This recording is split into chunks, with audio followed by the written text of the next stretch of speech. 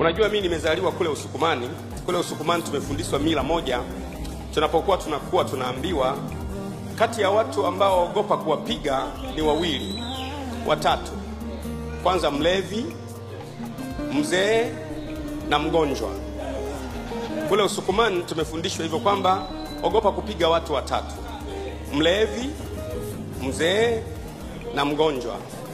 Kwa nini? Kwa sababu wale ngumi moja tu anafariki, alafu unatoka na kesi. Sasa kule tumefundishwa kuogopa zaidi ukimwona ana vyote.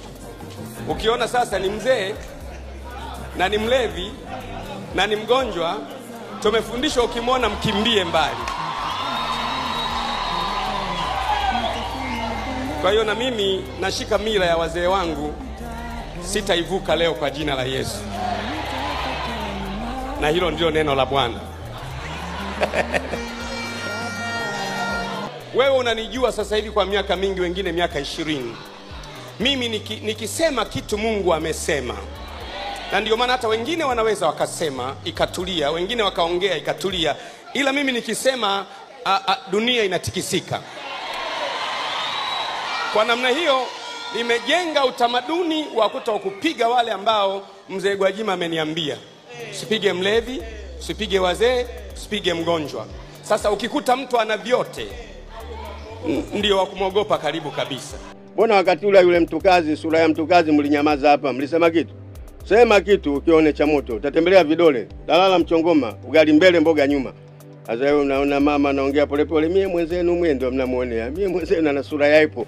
Tulikutana ile mwenye sura ya limao wakati watu wengi walipiga break, sura ya limao. Ukimwangalia tu akianza njoo hapa, wewe mwenye unafiata kimya. Mambo matatu ambayo nitayashughulikia leo. Nataka nitoe utangulizi kabisa. Jambo la kwanza ni hilo la utekaji watu. Jambo la pili ni hilo la mbunge wetu wa Kawe ambako mimi nakaa kumtukana mheshimiwa spika, kumuita fara. Jambo la tatu ni huyo bwana ambaye nataka kumsaga saga.